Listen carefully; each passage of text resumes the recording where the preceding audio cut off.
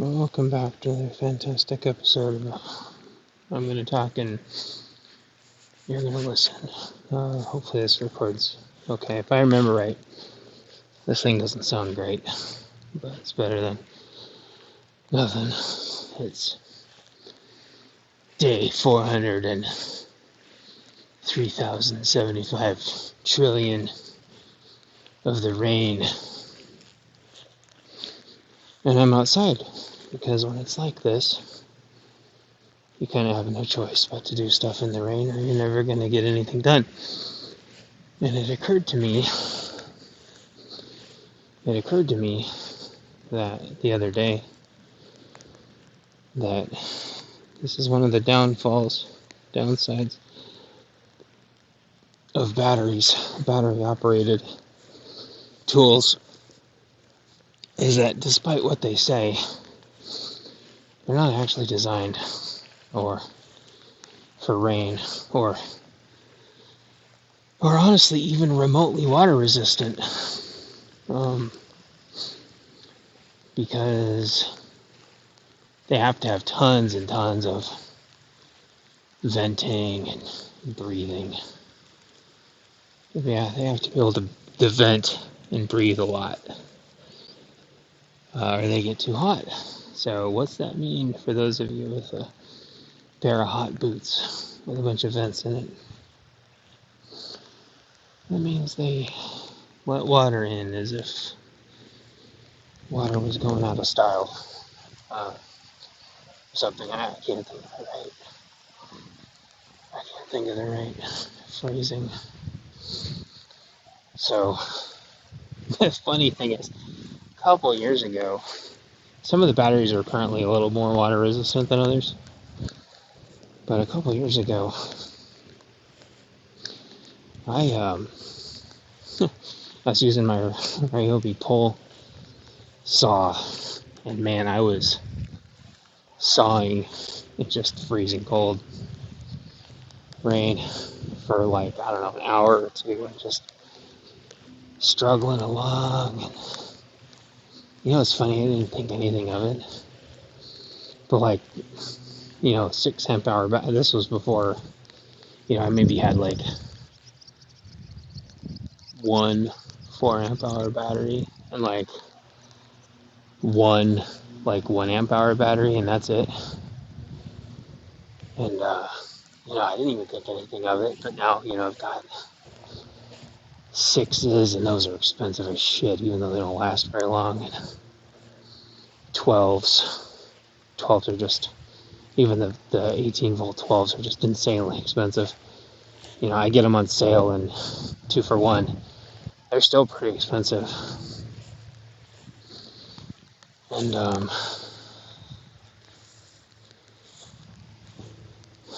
you just don't want to, you don't want to ruin them and burn your house down or your bunker or whatever. And shit, it's the fan. A 12 amp hour battery is, what's the word I'm thinking? Invaluable. Absolutely priceless. They're already worth a ton now, but it's just the fan. Like, yeah, lithium ion, they're going to eventually wear out,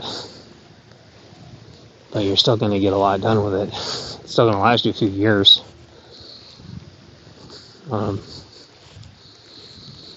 But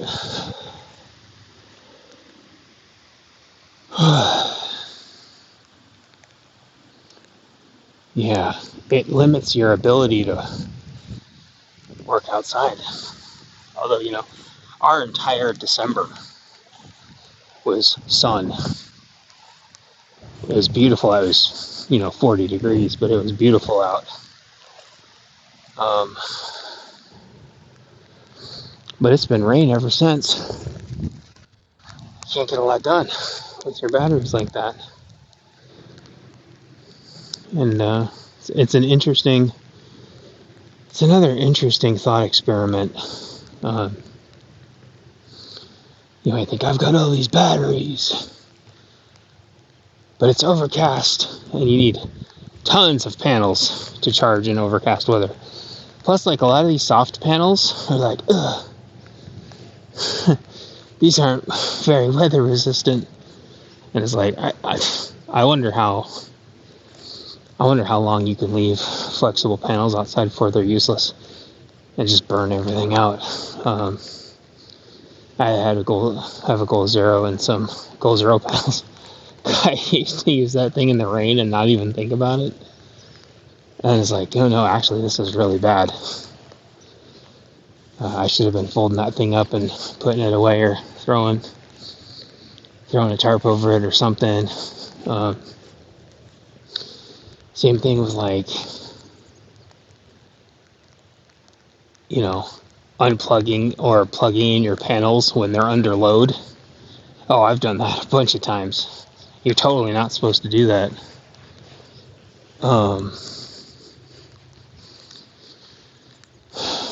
Yeah, I mean, you can just shock yourself or just, fry yourself, like start a fire, burn out all your equipment. But with, like, a good charge controller, I still think it's, like, relatively okay. But it's no different than, like, plugging something back into the wall when it still has, some charge in it and causing, like, a backfeed through everything. People used to blow circuits at work like that all the time at work. Plug in the coffee pot. It's like the printer. They would, like, unplug the printer and plug in their coffee pot, and then they would plug the printer back in and just, like, blow the circuit. Freaking hilarious. Anyway, just kind of out here and had to put my batteries away and stop working. I worked all day, and the weather seems to know, because every lunch and then the second, I'm ready to shut work off, the weather flips on me. So I thought maybe it's time to just walk and talk and see if this turns out. It's not cold out here. It's like 55, but there's some days where, like, 55 feels like it's 40, and some days where 55 feels like it's 70, even though there's no wind. I think the weather report lies. I think the temperatures are a lie. Some of my corn's not, all my directly sowed corn like a month ago, none of it's popped up at all. Not even a tiny bit. It hasn't been warm enough. It's gotta be like, the dirt's gotta be like 60 and wet. And it's just not warm enough. Or if it's in a black tub, the black tub keeps it nice and warm. And I didn't think about that at all. But nothing's came through and eaten the new stuff I planted, which is cool. I'm going to have to replace 3 trees. 3 trees didn't come back, for those of you counting. Every other tree came back. 2 of these almost came back. One of them I screwed up the sucker, and the other one, it looks like something chewed all the bark off it, like a mouse climbed up it and chewed all the bark off it or something. It's the weirdest damn thing I've ever seen. I'll go look at the corn and stuff now, see how it's all doing. I'm really excited about my garden that I call my 200-foot garden, because it has room for all the grapes, all the corn, raspberries and boysenberries and blueberries and elderberries and corn, and then I'm going to do pumpkins too, and I'll still have room left over. Absolutely nuts. Let's see how my... it's been raining so much I can't even see my corn anymore. Or where my corn rows were supposed to be. I thought the weather was going to change. And it's what we have here called the spring fake out. So we got our spring fake out.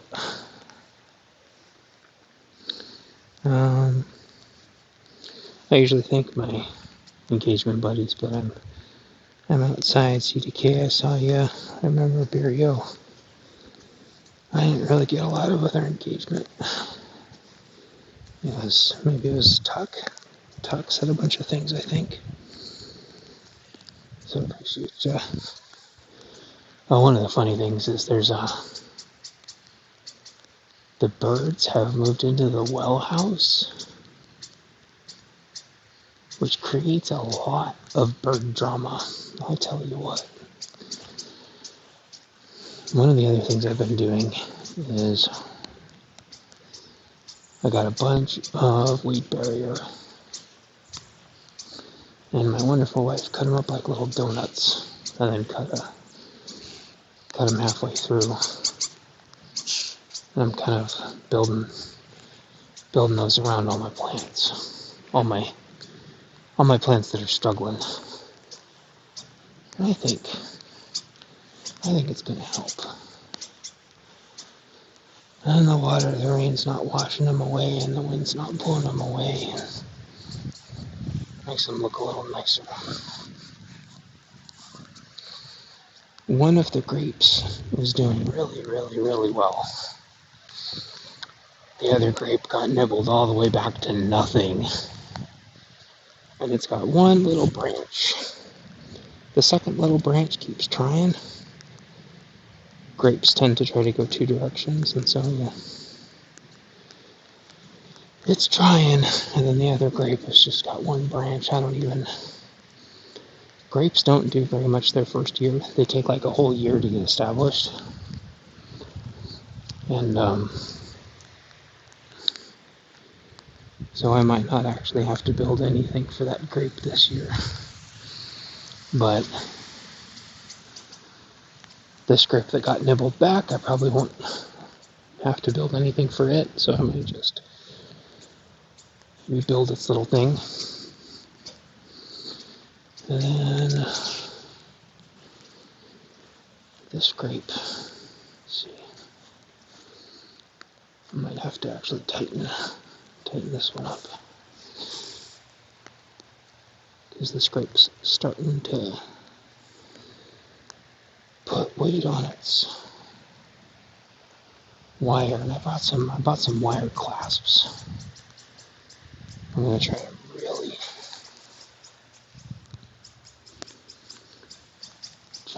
get this one going.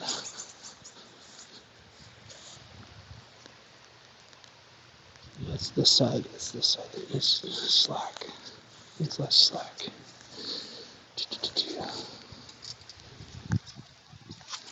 But that's tough. Grapes are tough to keep really tight. Grapes are really tough to keep tight. People in the YouTubes go through just the most insane efforts to keep their grapes tight. It's actually kind of OCD, but it makes sense once you deal with grapes for the first time. It makes sense once you deal with it the first time. Grapes need super, super, super, super tight wires. Or fence. Or trellis. Or something. Craziness. But one grape is good.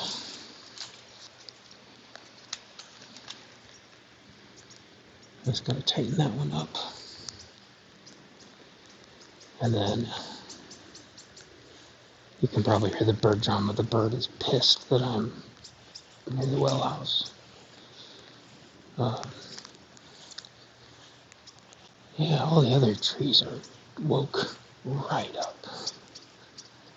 All the other trees woke right up. But I think the deer are starting to nibble the tips off.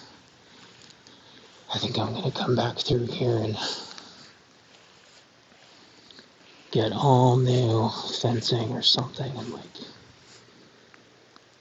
really bring the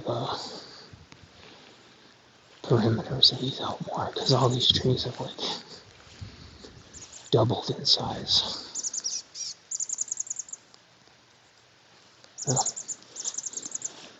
All the ones that didn't get chewed down to nothing got doubled in size. Some of these though, man. I was talking to this guy and he was like, if a tree branch takes too much damage, it'll just shut down. I've got one of these trees. Of course, it's too cold, so all the leaves have turned into wet, soggy, red, blistery looking leaves, which is really sad. And it's got two little fuzzy things on it. And two of the branches are dead. Two of the 3 or 4 branches are dead. It's rough.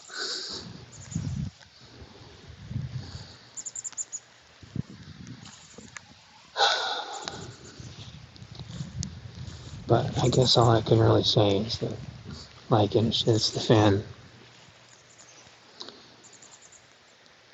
It's a lot of work.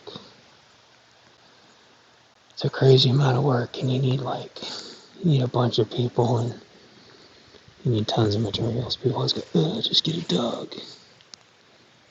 Okay, so you're just like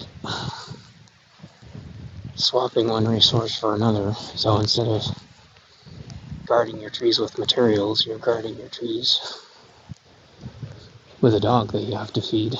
You're just swapping one thing for another. It's absolutely infuriating to try to have any real kind of a conversation with people when they just blurt out, just do X. Man, dogs eat like horses. You need lots of helper buddies, and you need lots of materials.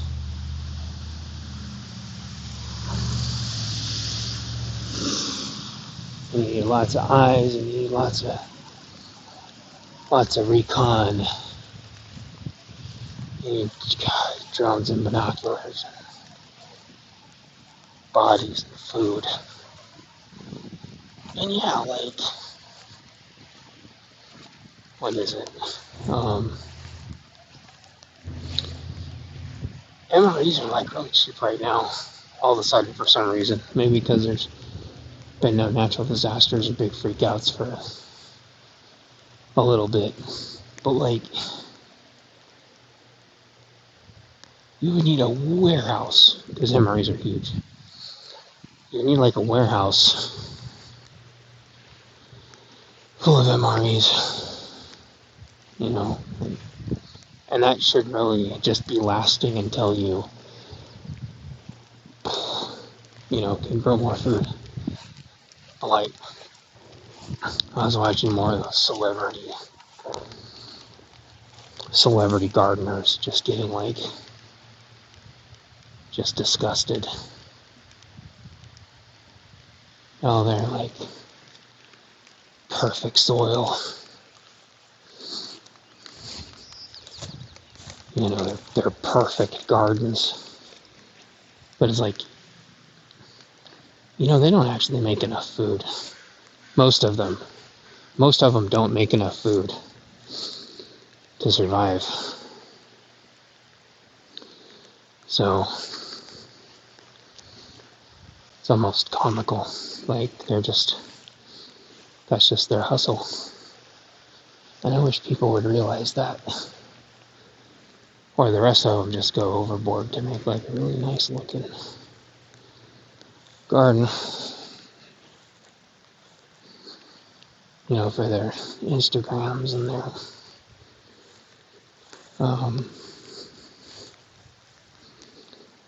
Instagrams and their TikToks and their you know, all their different ad revenues that they have.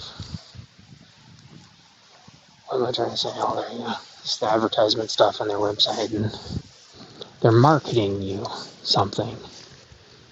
I don't even think people realize they're being marketed to. You know, people get all mad at prepper YouTube channels that have like every kind of battery. Ugh. In fact, I saw that on City Prepper. I think that's what his name is, City Prepper. And I was like, ugh, look at the battery video. Ugh. It's like, fuck, yeah, dude, that's his hustle, man. But at least he, after he got out from under, he got scammed, and after he got out from under his scam, you know, he ended up getting a big place again. What's her place? I know she's not a prepper, but Madison Clydesdale, or whatever her name is. Like, her and her boyfriend or whatever. I know she was just a hiker. She just did hiking videos, but at least she bought her own place. And now she's going to be doing homestead videos. Like, and there was one other guy. And he had, like, maximized every inch of his place. And then I think he eventually went and got a bigger spot. And then, my wife used to watch some YouTuber gal, and she did soaps and stuff. And they ended up going like way off grid and buying a huge place. And I think that's the difference, you know. Some of them just get the short end of the stick. Like, Survival Living was doing really well and he got screwed, so that doesn't count. But like, look for the YouTube. Maybe this is kind of hypocritical. I don't know. But like, I guess maybe there's three kinds of YouTubers. There's the YouTubers that mysteriously have giant chunks of property and tons of stuff, and you don't know how or why they got any of it. And then there's YouTubers that like hustled all their way up. You know, you can tell, and like, okay, I see this YouTuber hustled their way up. And then you see some YouTubers that know a lot of stuff, but you can kind of just tell that they're down on their luck. And then there's like celebrity YouTubers that have like mega expensive camera and teeny tiny manicured spot, and you're like, okay, this is just a marketing channel. And I saw one with less than 500 followers. Really nice camera, really nice manicured yard. But it's teeny tiny. I'm like, there's no way you're feeding anyone for more than a few weeks off this thing. And it's like, and the video was like really well shot and edited and stuff. And I'm like, okay, this is weird. But I don't know, maybe she's just trying to hustle. But her YouTube comments was a lot of Amazon AdSense ads. So she didn't have any sponsors. And that's also kind of like another thing. It's like, you can kind of tell how high up on the ladder a YouTuber is by like who's sponsoring them. If they have like a certain block of sponsors, they're all part of the same, I can't remember the name of it,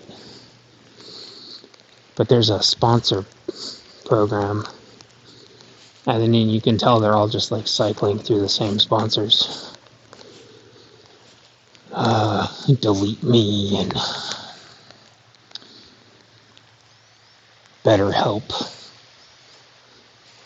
All those, they're like, the upper echelon. And then there's the people that are kind of like in the low to mid echelon, and they've got, some battery sponsors, and they've got some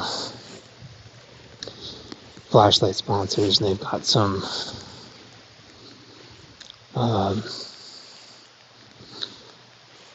a lot of them will have NordVPN.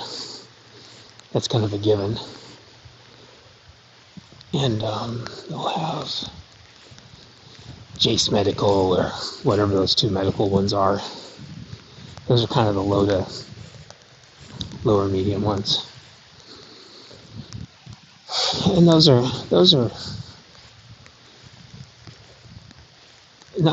like decent sponsors to have. They're not like ultra cringe, like freaking BetterHelp and Delete Me, and that other one where it was like, buy your joke plot of land, become your lord or lady. Whereas like that one was all part of the whole Delete Me and BetterHelp and all these other. I don't know where to put gold and silver into that category. It's kind of easy to say, I guess, that gold is a scam, but buy your own gold that you can physically hold, I guess, is the key.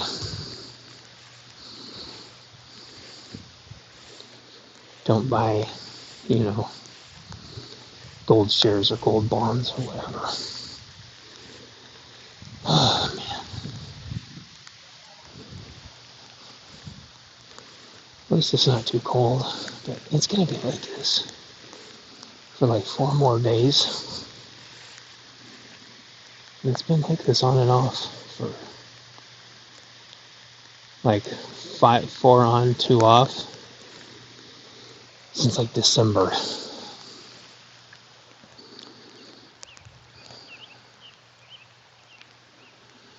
But supposedly Sunday it's going to be nice. And then Monday it's going to rain. And then it's supposedly finally turning around. And then it's going to be 70s. And it's probably just like 80, 90, 100. And all my plants are just going to cook. This weather is like... I can't remember when I talked about this, but like, I legitimately think that like gardening could end up just like being impossible without like a greenhouse in the future. Like everybody's just gonna have gardens and greenhouses, and that's gonna be it. Because this weather is like so bipolar. Like literally. Like the growing seasons are gonna get smaller. And they're gonna get more chaotic.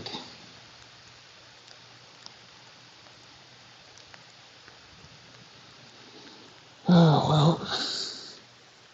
If you guys like these walking streams, maybe what I'll start doing is just going on longer walks and leaving the yard, and I don't know.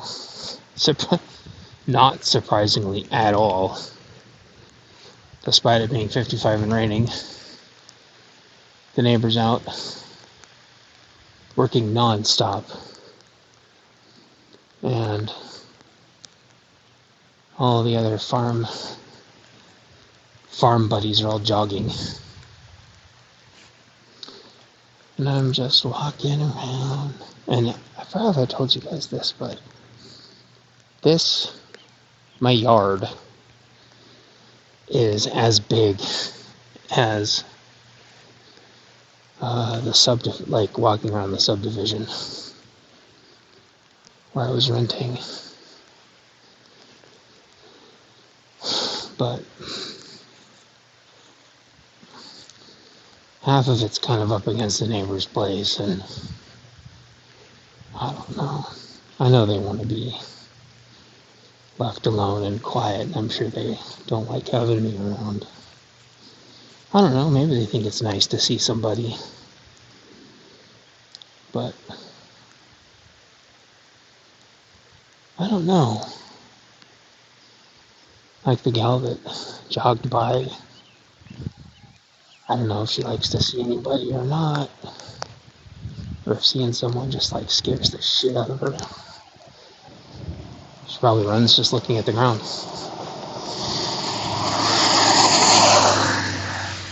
And a lot of these, probably about half the cars that drive by have tinted windows. I can't see them at all. I don't know why so many people here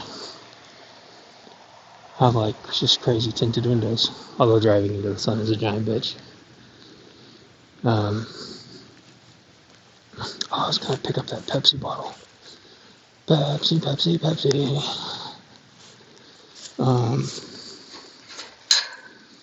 Boing. Pepsi. Alright, here's part 2. I don't really know where I was going with all that.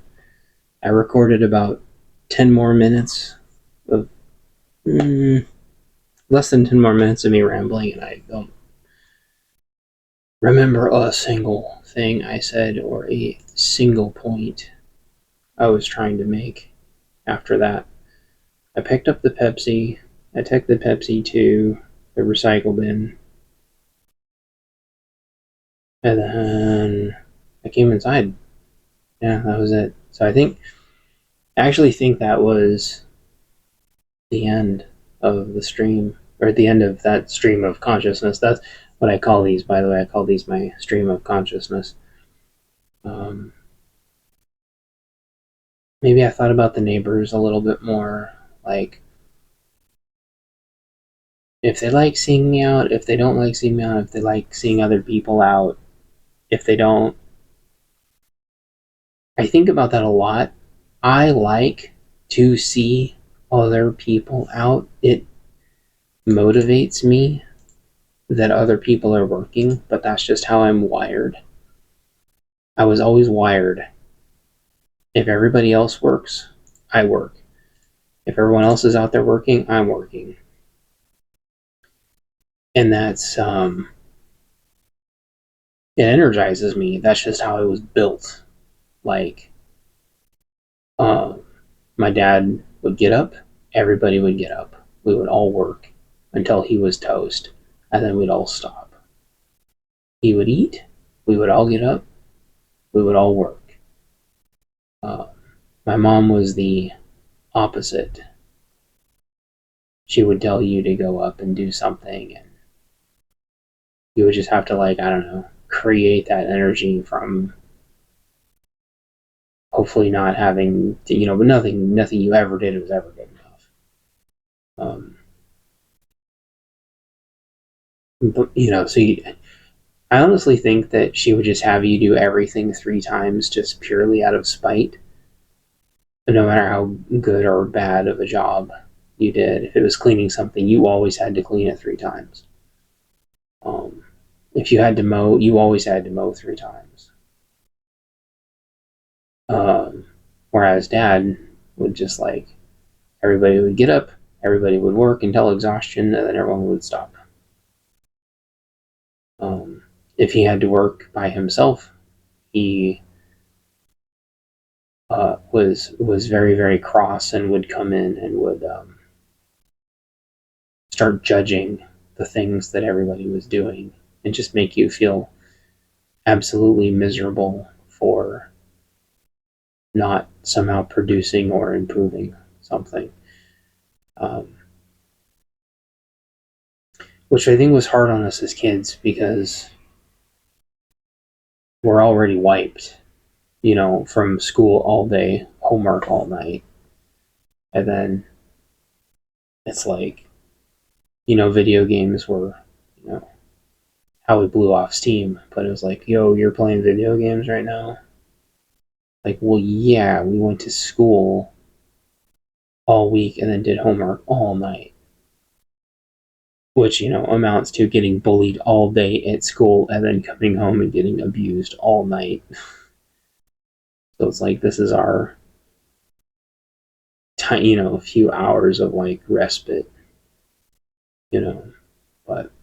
but that is what wired me to like, if one person's working, everyone's working.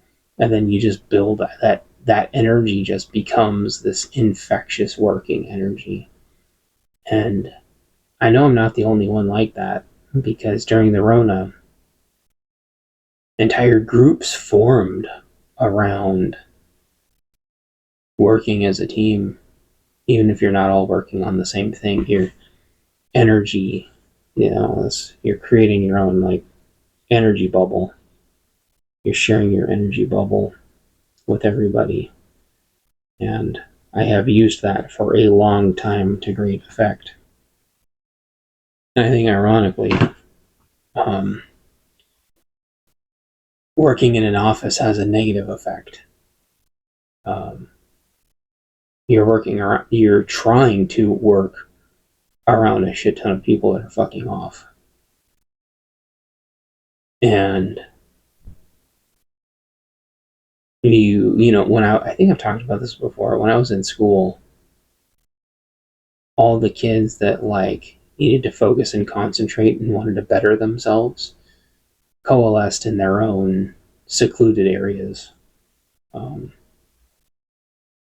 A lot of the times that was the library. Or if you had a computer lab. So for us, it was like alternating between the computer lab and the library. I starting I think in like the 8th grade, if not the 8th grade, I don't know, somewhere in there, like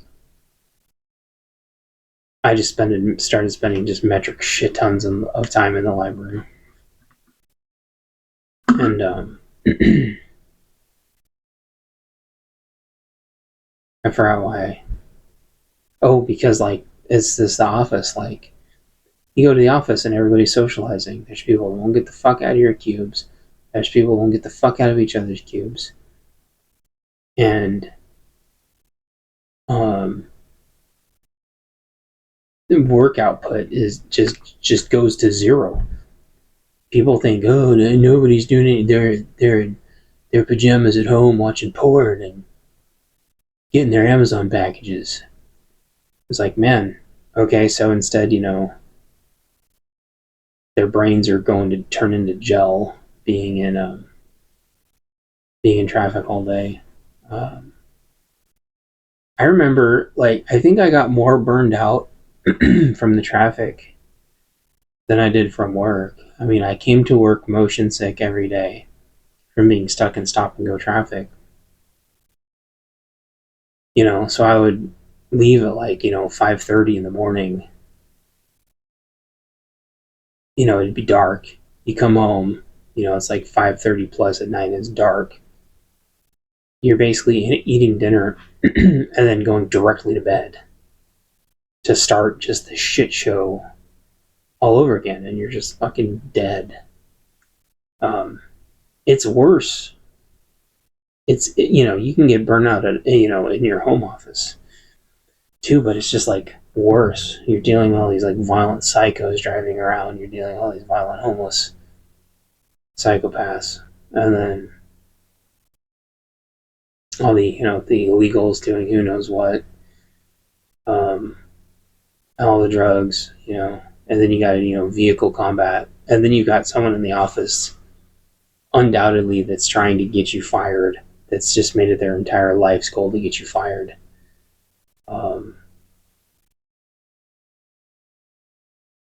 And those are just years and years and years and years and years of your life that you're never going to get back. You're not getting compensated for that. And I forgot if I brought this up in my last podcast or not. But they gaslight the shit out of you by telling you you're only worth what the market will bear. But then they tell you, oh, work for the job that you actually want to be doing. And then, your work needs to be, productive, and we're going to tack all these extra things on you. But, don't you dare ask for a raise. Because AI can replace you, or H-1Bs can replace you. And, dude, the sheriff has been going down my road every day. They must be like going down to check on something. I think maybe that's what got cut off, is I was talking about how the homeless camps in these areas are just crazy. Yeah, that's what it was. The homeless camps in these areas are just crazy. And you think they're bad in the cities. At the end of every one of these roads is a giant homeless camp, even in the middle of nowhere. They still accumulate shit, beach their vehicles, and have just communes. There's got to be just hundreds of them, and people are constantly just driving trucks and trailers full of garbage over and over and over and over. Just all day, every day, just driving out trucks and trucks and trucks of garbage. And whole vehicles that are just annihilated, that you could barely even tell it's a vehicle. And I think maybe that's what I was saying, is like, the only difference is out here, at least you have a chance. You still don't have a big team with you like you could theoretically in a subdivision, but at least you have a chance out here.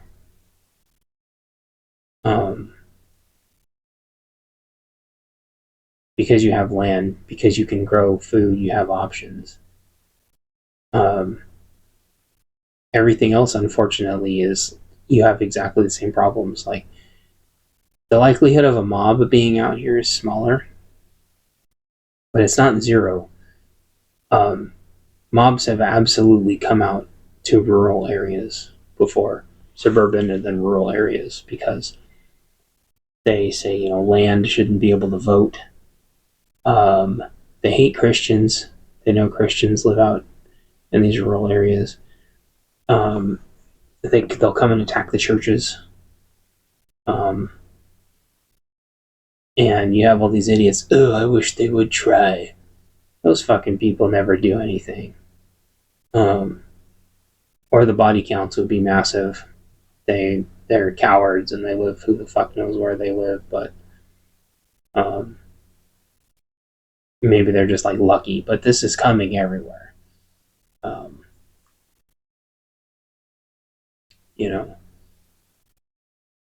They're not all cowards, but like, I think a lot of them just say that and think it's going to scare people. But until you've dealt with a mob, until you realize that a lot of those people are children, you've got some really challenging topics to try to, figure out really fast. They might be a different ethnicity than you, and then you have to deal with all the optics of the fact that they're a different ethnicity. It could be someone in a wheelchair giving you a hard time. You gotta realize, like, the optics are just crazy. of people that are only like quasi trying to like work each other up into like a frothing death ball, but they're not quite there yet, but you can still handle it. You can still handle it without going full blown. And that's usually what happens. There's usually a scuffle, and you kind of just get them out and shoo them away. That's normal. That's what usually happens.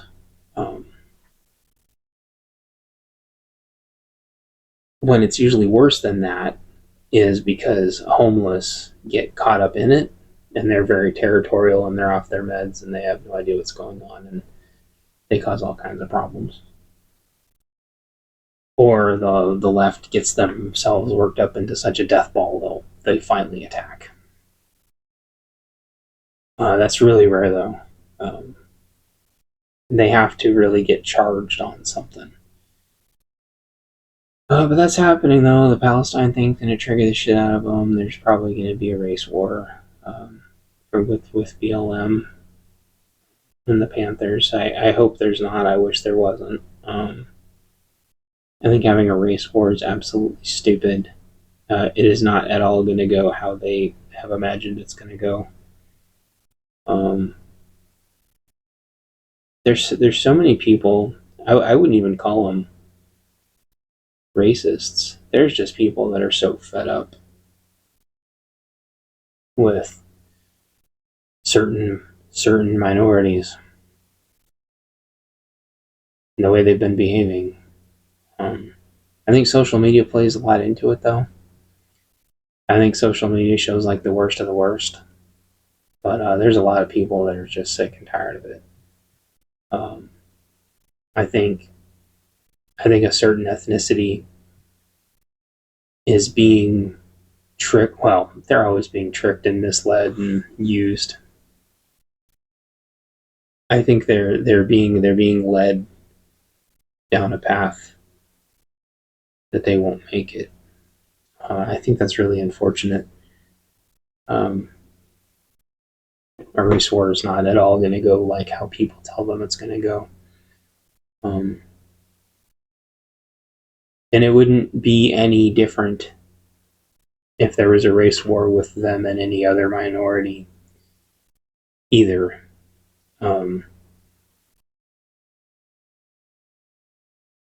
Every minority prepares, I think, for race wars in their own way. And let's just take Asians, for example. Massive chunks of Asians have mandatory military training in their own countries. Massive amounts of them, mandatory for every one of them.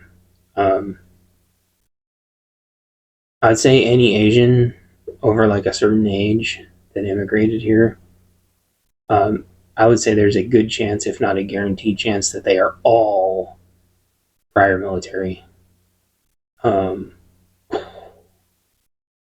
Yeah.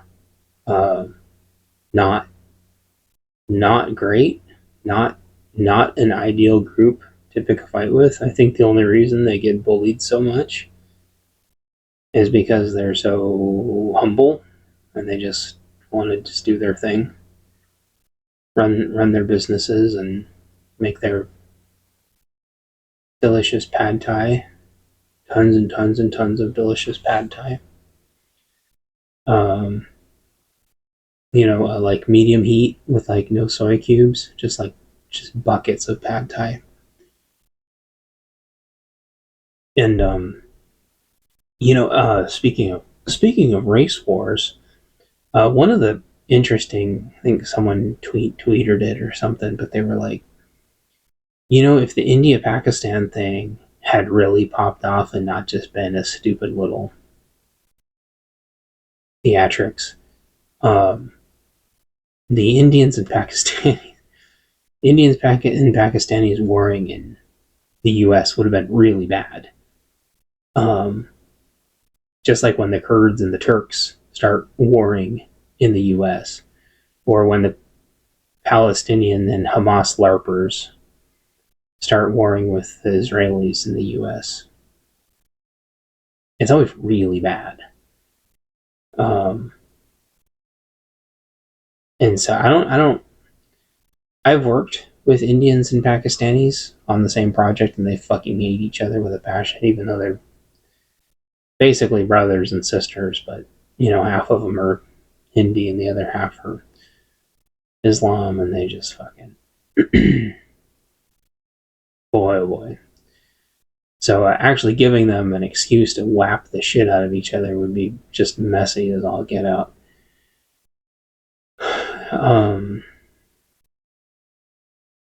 And I think that's what the cabal wants. That's why the US is just this big blended melting pot of shit. All these incompatible ethnicities. That was just the goal all along. I don't know, but I can just say, I don't have a racist bone in my body. I'm just, I look at trends and facts and patterns, and I'll tell you that a race war with the certain ethnicity is not going to go the way they're being led. And I wish, like anything, they would just be like, oh, we're being played. We've been being played this whole time. We got played with the crack epidemic. We got played with the ghettos. Like, they've been played over and over and over and over and over and over. And they're being played again. They got played with the whole BLM thing, and it's just like, go look at the history of the Black Panthers and how much they've been discriminated against. Man, I got into it with somebody. Oh, you don't know what you're talking about. The feds have been so easy on the Black Panthers. Blah blah blah blah blah. Like, no, man. How? The Black Panthers took like the first hit. Actually, even before that, Colio Noir's gone into like way more detail about this, about how I think they didn't want like slaves to be able to prior slaves to be able to own guns and stuff, and didn't want them to be able to vote, didn't want them to be able to defend themselves, didn't like they've been played and discriminated against just since day one, and instead they'll be like, unalive whitey and unalive rich people and unalive. It's like, guys, stop. You don't need to go march into a rich people neighborhood. You're being played. Don't do that. Whoever told you to march into the rich people enclave is just trying to make you guys have just even worse optics and trying to force stupid shit to happen. No different than whoever tried to drive all the boomers into the Capitol. It's like, oh, you stupid boomers, don't go in the Capitol. Oh no, the boomers are going into the Capitol. It's the same thing that happens at all these ice facilities. And I don't have this on my doc. I'm gonna pause it really quick. I'm gonna tell you guys about this. So there's a new law in Washington. A new Washington law seeks to increase state oversight of privately run detention facilities, including the Northwest Ice Processing Center in Tacoma. Now, what am I always talking about? The ice buildings up and down I-5. The number one of those is the processing center in Tacoma. That's what the lefty-loos are always going after. Well, it's one of the ones. It's one of the two they're always going after. Why does it matter? Bob Ferguson signed this into law on Monday, the latest salvo in a battle over whether state officials can inspect and regulate the immigration detention center, which is run by a for-profit company under a federal contract. Listen to, I don't know if Axios is left or right or up or down leaning, but just listen to what they say. Salvo. Battle. They use these words. The news uses these words. And all they want to do is ensure they're meeting minimum standards, including for food safety, access to medical care, and adequate running water. Oh, won't just someone think of just the running water? Who thinks they don't have running water? I guess they tried to do this last year, and a judge struck most of it down. And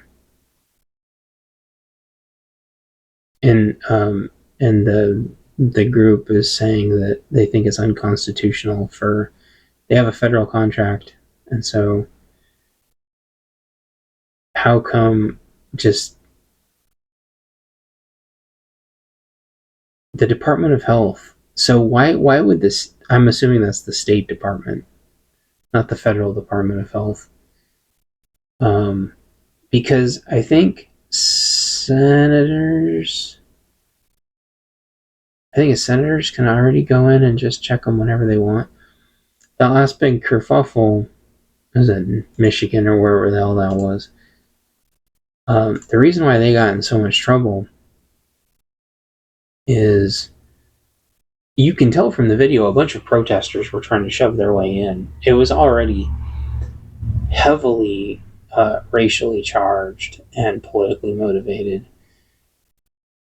And it was just for a giant photo op when they tried to shove their way in and cause a raucous. But from what I understand, like, the senators could have already gone in if they wanted to, if they just scheduled an appointment. They just, yeah. And the mayor of the city has no right to just barge into a federal facility. They just don't. They're not a federal employee. You can't just go into a protected, guarded site and be like, I'm the mayor. Go fuck yourself. How about that? You're not a federal employee. Just like you can't just go into like a state building and be like, I'm just going to walk through this protected facility that I have to, everybody else has to badge their way through, but, I'm not an employee here. I'm just going to start stomping my way around and investigating things. And what they're going to do is they're going to keep badgering the ICE facilities, and they're going to keep saying, oh no, what are they doing to the brown people? Won't someone think of the brown people that are in this facility? And then get everyone riled up over race and try to shove their way in, and then it's going to encourage more attacks on the ICE facilities again. And it's going to be 2016 and 2020 all over again, because people keep getting played and emotionally charged, and the people that orchestrate all this have just learned how to manipulate everybody into just attacking whoever they want to attack that week. And these protests pop up, and it's like, current thing, blue, gold, blah, gold, blue. Current thing. What are we it's like, what are we protesting this week, guys? Current thing. And so now it's going to be ICE facilities again. And then in a couple weeks, it's going to be like, oh no, Israel's pushing into Hamas. Israel's pushing into Palestine. Current thing, boogle boggle boo.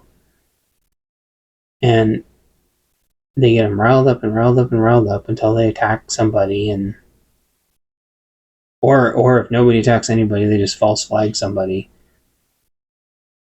And they'll be like, see, there's racists. Or, see, what they're doing bad stuff to the brown people in the ice facility don't have running water. I don't call them that. That's what they say. They don't like the blacks and browns. Like, what? What are you talking about? It's mind-blowing to me. But they just sow this massive racial discord because they know we're all here. We're all here in this big melting pot, and diversity is our strength. It's like diversity is the wedge that they have driven into everybody. And it's just like they just keep using it to make things worse and make things worse and make things worse. And then what happened at that last ice facility, they toured it, and it was just like this ultra clean facility. It was like awkward.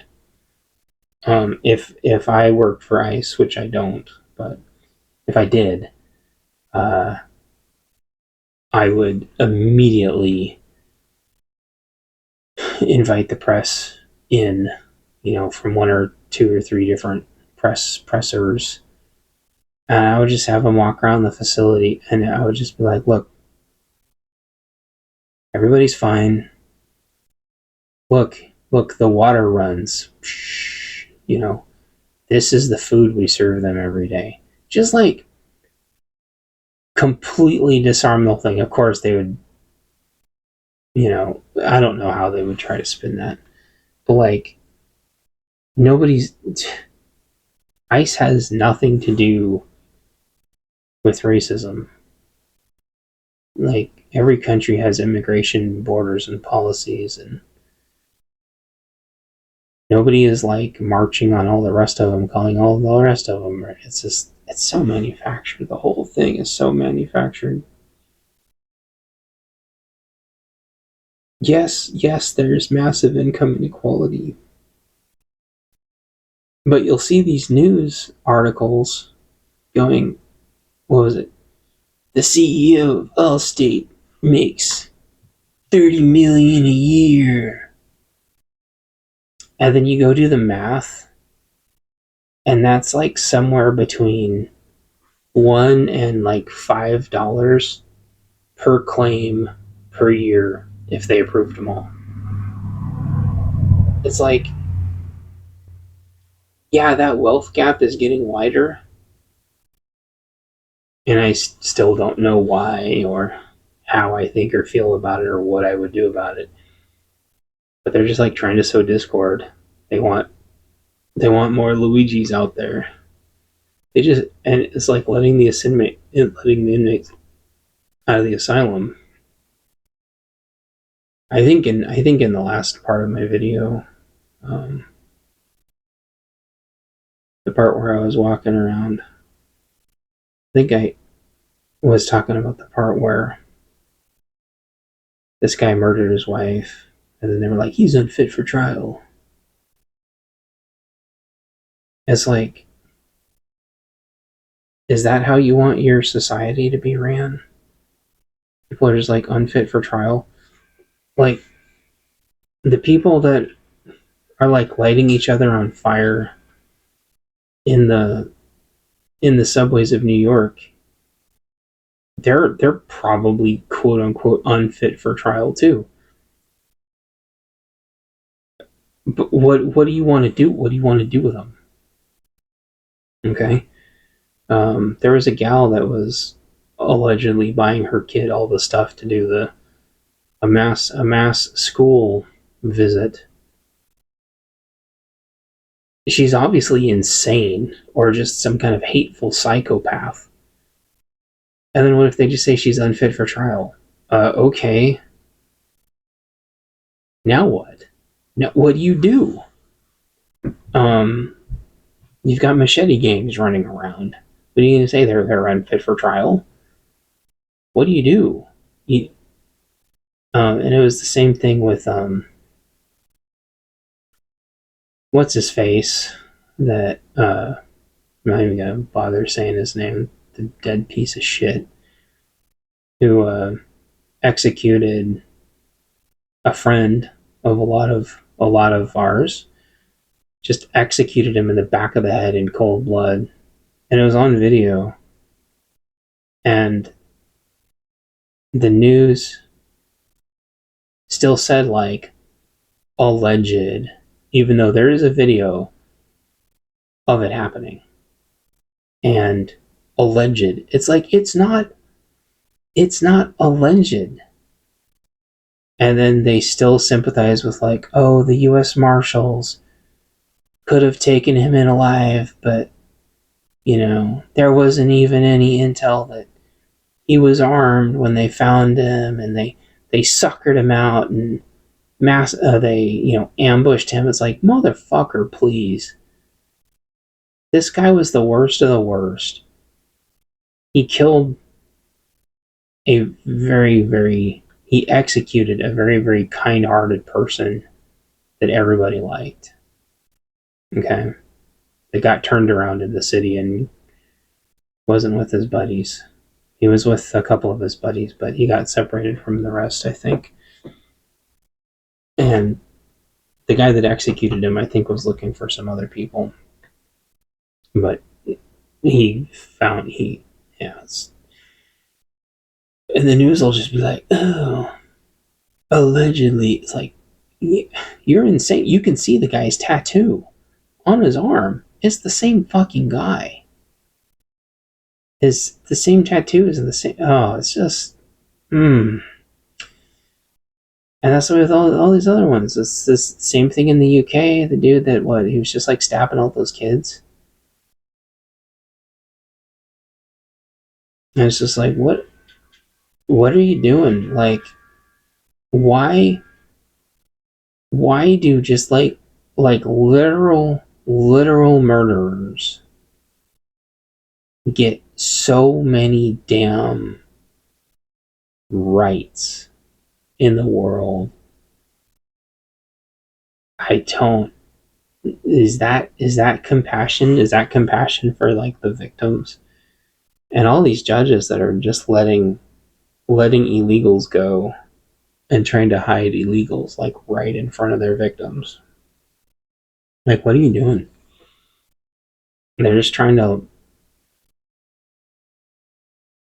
The only thing they could be doing is just trying to make everybody want to fight each other. And they're just looking for just like the lowest common denominator, lowest IQ fucking moron followers to just gather up into these giant mobs. And anything you do to defend yourself, like Rittenhouse, anything you do to defend yourself, and it's just more fuel for the cabal to just like douse on these people. And it calmed down for a little bit. I think because their money dried out for a little bit. But all that funding seems to have come back. Like, the rhinos just aren't cutting that money like they should be. And this summer is going to be like hell on earth regarding protests. Like, this is probably the second or third biggest uptick I've seen in protests, violent protests, since like 99. The Occupy Wall Street, those weren't really like the WTO ones were like insane. There's like the Zimmerman stuff, the George Floyd stuff. Like there's a couple of those that were like really bad. And then finally you have like Chaz. And I think like we're finally, they've been testing the waters. I still don't think they have the numbers. And it's still like a lot of boomers. But the thing is, like, those boomers, they set the climate. They set the environment. They set the atmosphere. They provide an ecosystem for the ninja LARPers to come out.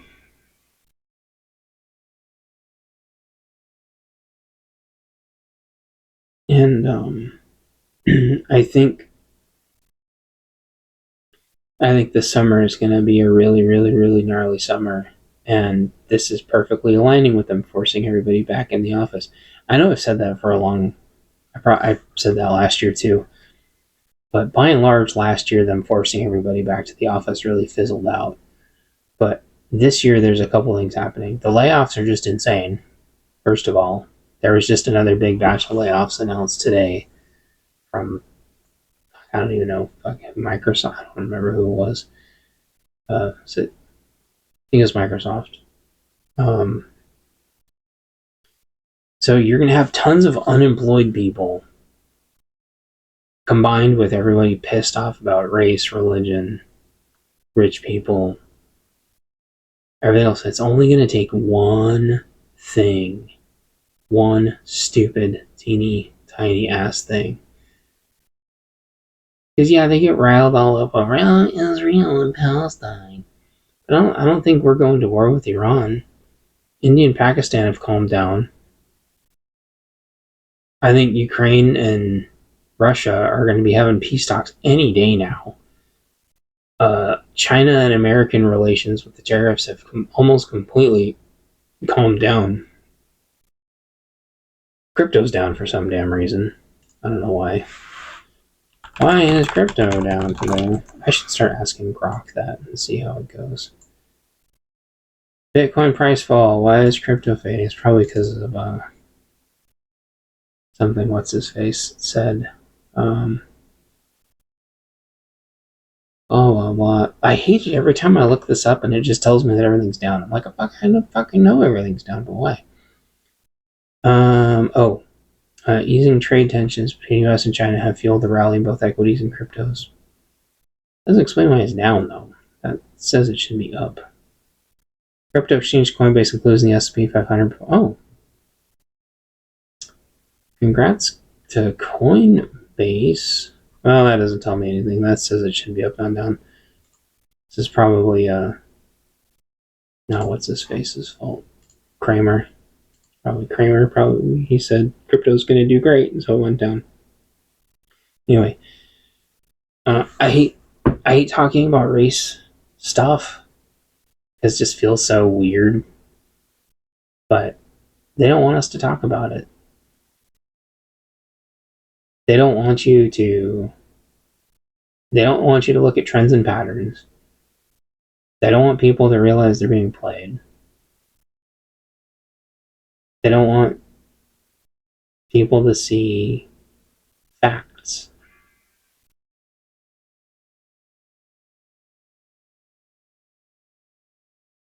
That's the cat food. I promise one of these days that cat food will be going in the other room. But it's funny. It seems like every time I record this thing, it's the cat food. And I should like pause it really quick, but it feels. I always seem like it's going to be like a second, and then it seems like it's an eternity. I don't know. I hate talking about race stuff, but like, that's what's happening. But it's not just race; it's ethnicity, it's social. shows social status. As people lose their houses, they're going to be madder at people that still have their houses. As people lose their jobs, they're going to be madder that people that still have their jobs. As AI replaces jobs, there's going to be people mad at AI. As automation takes jobs, people are going to be mad at that. There's like, they approved, here's one of my other articles. They approved 120,000 H-1Bs for 2026. After all that shit over Christmas with Musk and the chucklehead Ramaswamy talking about H-1Bs, talking about how stupid Americans were, and we're just going to bring H-1Bs in because they're better and smarter and work harder than stupid Americans, stupid white Americans. All that shit that they said with our stupid shit culture. And they're bringing in another 120,000 H-1Bs. And this is after just tens of thousands, hundreds of thousands of fucking tech layoffs. And they're bringing in more H-1Bs. Motherfuckers, if you don't realize you're being replaced by now, between automation and AI and H-1Bs, then I don't know what the fuck to tell you. And I'm not saying go out and be a psychopath. I'm saying be aware, wake the fuck up and realize you're being played. You're either being played by a bunch of rhinos, you're being played by a bunch of tech bros, or you're being played by a bunch of progressives if you're on the left. Even back when it was DEI, I remember hearing at work, we need to hire, we really wish there were more, minorities here. We really wish they'd hire more minorities. Well, it was a bunch of white people saying that. Those white people could have quit and given their jobs to minorities whenever they wanted, and they didn't. Like, all this, like, virtue signaling and, like, pearl clutching and shit doesn't change the way how this is all going to play out. It's mostly going to play along, like, religious and ethnic and sectarian lines. There's going to be a couple of apologists of every ethnicity and race and religion. There always is. Clutching their pearls. But in the end, like, we're all still screwed. We're all screwed. The cabal is gonna, them, the cabal, the think tanks, these, two or three evil psychotic think tanks that are just throwing money to just pit everybody against each other, are the ones that win in the end. And I wish everybody would wake the fuck up and pull their heads out of their zero fucking IQ feral dumbasses and all these people. Wish everyone would get off their fucking drugs and stop watching sports and realize everybody's getting fucking played. And someone was saying something about, like, oh, it was one of those guys talking about how realizing that you're getting played by the system versus realizing that, like, there is no system or something like that, or like, it's really weird. Like, the more metaphysical you get about, do you see how the system works, or do you see, like, outside the system looking at it, or can you, like, use and manipulate the system without being a part of it? And honestly, what it boils down to is, do you know your worth and your value?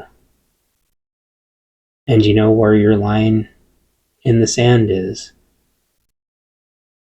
When you're forming a team, you have to be practical about the team that you're creating. That's how all of this started with me, is realizing, like, is that person gonna have my back? Am I gonna have their back? Are we headed the same direction? And that's it. Like, you have to, and that same person's gonna have to go through all that with you.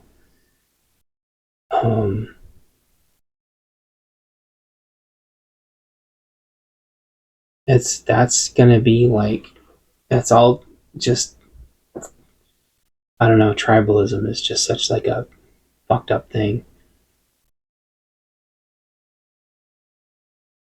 If you don't look at it from like you deciding who your tribe is going to be, and not letting everybody else tell you who your tribe should be. But that means having real conversations with people. And it means you need to be actually able to say stuff without everybody freaking the fuck out and saying dumb shit. And good luck with that, because everybody's got a lot of baggage, and a lot of them are told that they have to have that baggage, and that they inherited that baggage, and that baggage is a part of their identity, instead of just being like, look, this is the situation now. If I want to have a bloodline, it's going to mean redrawing the lines. It's going to mean redrawing the tribe. I don't know. I don't know what else to say. Like, you've got to find not middle ground. You've got to find common ground. That might mean that your new buddy is Catholic. It might mean that your new buddy's a different ethnicity. It might mean that your new buddy's a different religion. But like, might mean that they're completely some bonkers. Could mean they're a flat earther. I don't know. Could mean they're a furry. You just have to like figure out. Could mean they're a raging feminist. But you've got to figure out who you're, don't be fooled by their outward identity. Because you could have like 99 ferals, and then one person in there, might have your back. And that might be the one person that you and them get back to the car and leave and get out. You never know. I've seen the weirdest shit. And I want to do in my next bunker book, I'm going to do like a section about white knighting, which means, saving, being the hero without saving yourself. And I don't know, I don't know what to call it, gray knighting, where like you can save somebody and save yourself. I don't know. Talk to you later. Do you want to be replaced? You can do this job, you don't even have to try. If you don't get this job, try not to cry. There's always the awesome unemployment line. It's a race to the bottom that you didn't know. You went to school and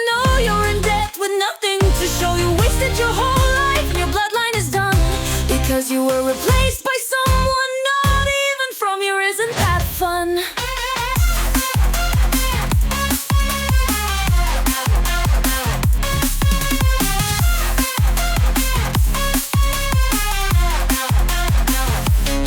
You went to school and got into hella debt. They told you to code and all your grades were met. You learned how to be a good engineer and your tests were all aced. But it doesn't fucking matter now. It's time to get replaced. It's a race to the bottom that you didn't know. You went to school and now you're in debt with nothing to show. You wasted your whole life, your bloodline is done because you were replaced by someone not even from here. Isn't that fun?